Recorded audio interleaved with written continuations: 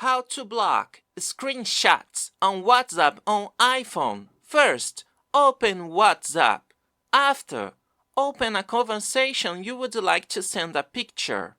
On the chat, tap on the camera icon so you can take a picture to send or select it from your gallery.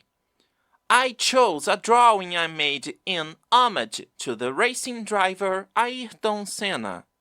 Before you send the image, notice the one icon beside Add Caption. Tap on it. After tapping on it, notice that this icon changed a little because now it's turned down.